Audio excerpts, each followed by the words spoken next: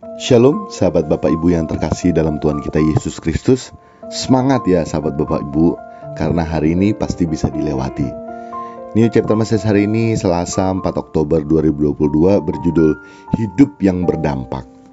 Ayat Alkitab perenungan kita sepanjang hari ini terdapat dalam Matius 9 ayat yang ke-37 sampai dengan 38. Demikian firman Tuhan. Maka katanya kepada murid-muridnya, tuaian memang banyak, tetapi pekerja sedikit. Karena itu mintalah kepada Tuhan yang mempunyai tuaian supaya ia mengirimkan pekerja-pekerja untuk tuaian itu. Sahabat Bapak Ibu, Yesus saat itu menyadari bahwa manusia telah hidup dalam usaha seperti menjaring angin, sia-sia ya sahabat Bapak Ibu. Yesus tahu bahwa manusia juga mudah digoyangkan. Oleh karena hal tersebut maka tergerak hati Yesus oleh belas kasihan. Sehingga selanjutnya melalui ayat Alkitab yang kita dengar barusan, Yesus mengatakan kepada murid-muridnya, silakan meminta kepada Bapa agar Bapa dapat mengirimkan pekerja-pekerja untuk menuai tuaian. Dalam hal ini yang dimaksud dengan tuaian yakni manusia yang hidupnya lelah dan terlantar. Sekali lagi, ayat ini bukan secara bim-salabim ya, yang kemudian langsung abrakadabra tiba-tiba ada pekerja-pekerja, muncul pekerja-pekerja.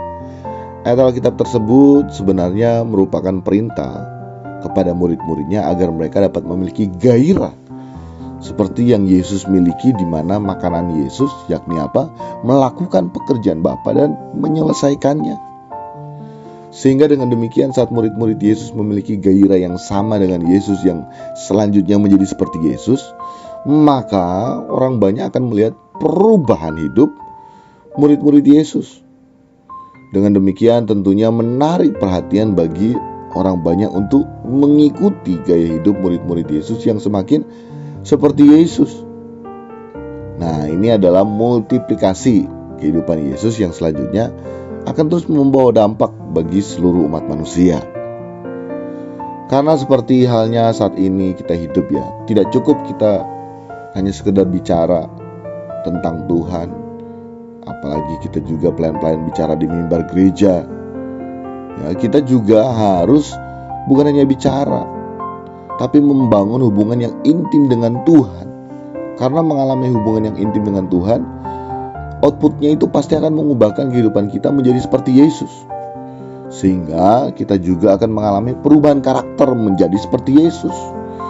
Dengan demikian orang-orang yang mendengar kita bicara tentang Tuhan dan juga bicara di mimbar-mimbar gereja juga akan meneladani hidup kita yang terus-menerus berprogres menjadi seperti Yesus.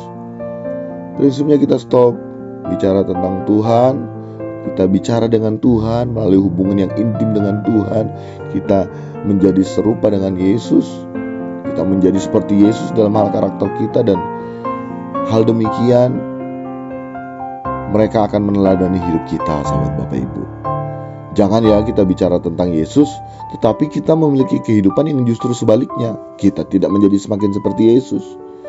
Apa kehidupan kita yang berdampak bagi mereka?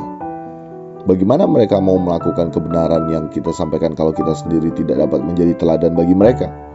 Kita lebih sering mengajar orang agar menjadi seperti apa yang kita ajarkan, tetapi kita sendiri tidak hidup seperti apa yang kita ajarkan. Untuk itu mari kita meresponi panggilan Tuhan saat ini agar kita dapat menjadi pekerja-pekerja yang diutus Allah Bapa di surga untuk dapat menyelesaikan pekerjaan Bapa dalam kesementara hidup ini. Demikian New Chapter Message hari ini, kiranya dapat memberkati kita sekalian. Shalom.